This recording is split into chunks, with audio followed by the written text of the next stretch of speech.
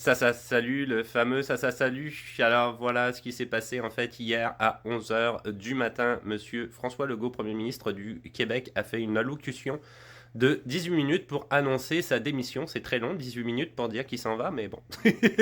Un nouveau Premier ministre d'ici 3 mois, donc c'est en effet officiel, il s'en va. Il va rester en poste jusqu'à l'annonce d'un nouveau représentant en fait du parti politique qui est au pouvoir en ce moment, soit Coalition Avenir Québec, qui va effectivement se désigner un nouveau chef, probablement sous forme d'élection interne. Hein. Donc ça va probablement fonctionner comme ça. Donc pour le moment, il reste Premier ministre jusqu'à ce qu'il y ait un nouveau chef de Coalition Avenir Québec qui, voilà, on verra qui c'est.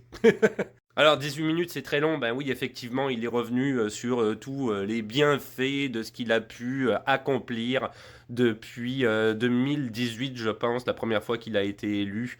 2018-2022 c'est ça, c'était son premier mandat, on est dans le deuxième mandat 2022-2026. Ouais en fait il n'y avait pas grand chose quoi, tout ce qu'il a fait c'est pas mal de la merde.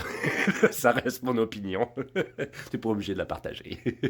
Alors au niveau des réseaux sociaux, donc je te dirais que j'ai regardé ça quand même de manière assidue. La plupart du monde a affirmé que c'était une bonne nouvelle, que ça allait aller mieux pour pas mal de monde au niveau, je sais pas, des gens qui évoluent dans l'éducation, dans la santé, les immigrants, la crise du logement, l'inflation, que enfin, si tu veux, tout ça allait revenir quelque part entre guillemets à la normale, ou en tout cas que ça allait pas s'empirer par rapport au fait que lui, effectivement, prenait un très grand nombre de décisions qui n'allaient pas dans l'intérêt commun. Alors là-dessus, bah, j'ai mon opinion, je ne suis absolument pas d'accord avec ça. Absolument pas d'accord avec ça. On fait juste changer de bonhomme, mais on change absolument pas de parti politique. Coalition Avenir Québec reste jusqu'à en octobre au plus tard 2026, c'est-à-dire date des nouvelles élections, le parti au pouvoir avec ses idées et il va continuer le parti politique, j'entends, dans la même direction qui a été donnée par François Legault. On est ici sur le site internet du parti politique Coalition Avenir Québec. Alors ça s'appelle Coalition Avenir Québec parce qu'à la base ça avait été effectivement fondé par Monsieur Legault et c'est un regroupement de différents partis politiques avec énormément en fait de monde dans cette mouvance politique-là qui venait du Parti québécois. Donc une sorte de dissidence, si tu veux, du parti politique, le Parti québécois. Alors pourquoi ce changement du coup c'est uniquement effectivement pour avoir des chances d'être réélu en octobre 2026. Le nouveau Premier ministre qui va arriver, donc le nouveau chef de coalition Avenir Québec finalement, qui va débarquer d'ici quelques semaines, d'ici quelques mois, ça dépend effectivement du parti politique, de la manière de fonctionner pour élire cette personne-là, à différentes solutions, à deux solutions. En fait, soit elle va attendre, elle va continuer effectivement le projet politique du gouvernement jusqu'en octobre 2026, c'est-à-dire les prochaines élections, ou elle peut décider d'anticiper des élections et de mettre les élections plus tôt que octobre 2026. Si tu me demandes mon opinion, je ne penserai pas que ça va arriver. En fait, ils vont faire en sorte de changer la figure du gouvernement. Donc, ça sera plus Legault, ça sera une autre personne de Coalition Avenir Québec et d'essayer de se racheter, comme je l'ai dit il y a quelques secondes, des votes. Donc ça va leur prendre plusieurs mois pour ça, afin de, si tu veux, voilà, amadouer l'ensemble de la population.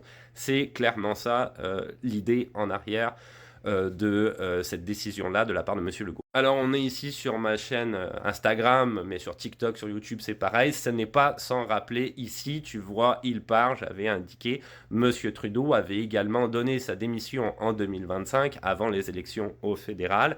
Monsieur Carney avait finalement pris sa place en tant que chef du Parti libéral. À l'époque, quand Monsieur Trudeau était Premier ministre, il faut te dire qu'il y avait très peu de chances que le Parti libéral revienne au pouvoir au niveau du fédéral. C'était quasiment nul. Personne n'allait voter pour M. Trudeau. Le fait qu'il s'en aille, que Carney arrive, qui change un tout petit peu, mais pas tant que ça, la politique en question, hein, notamment vis-à-vis de l'immigration, et boum, M. Carney s'est fait élire et le Parti libéral est resté au pouvoir.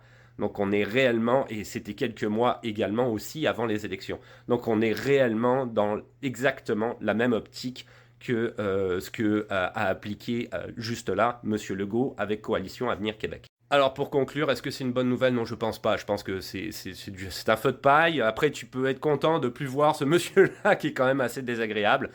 Mais il y en a plein d'autres, hein, à Coalition Avenir Québec. En tête, tout de suite, j'ai Bernard Drinville, qui, pour ma part, n'est pas une personne très exceptionnelle quand je l'écoute parler, ou Monsieur Roberge. Donc, ça ne changera pas grand-chose, malheureusement, pour le moment. Moi, ce que j'attends essentiellement, c'est les élections en octobre 2026, qui va être au pouvoir. Et qu'est-ce qui va se passer à partir de là? À savoir que j'en ai parlé dans une des dernières vidéos, dans un vlog plus particulièrement, que malheureusement, à l'heure actuelle, Coalition Avenir Québec est en train de réformer en profondeur toute la Constitution, les différentes lois. On le voit avec la loi 2, il y a plein de lois qui sont passées comme ça à tort et à travers à toute vitesse. Et que le nouveau gouvernement, peu importe qui il est, de toute façon, lui va se retrouver avec cet héritage de lois et va décider probablement aussi de les conserver en disant de toute façon que c'est pas sa responsabilité là si ces lois existent là, puisque c'était le gouvernement précédent qui les avait votées. Donc c'est une très mauvaise réalité pour nous qui vivons au Québec ici. Tout cet amalgame de lois qui sont passées à l'heure actuelle, parce que ça va contre le bien-être de tout le monde, ça c'est clair et net. Hein. Au niveau de la loi 2, au niveau de toutes ces lois-là, je trouve que c'est quand même très... voilà. C'est pas nécessairement une très bonne nouvelle pour nous. Là-dessus, je te dis à plus.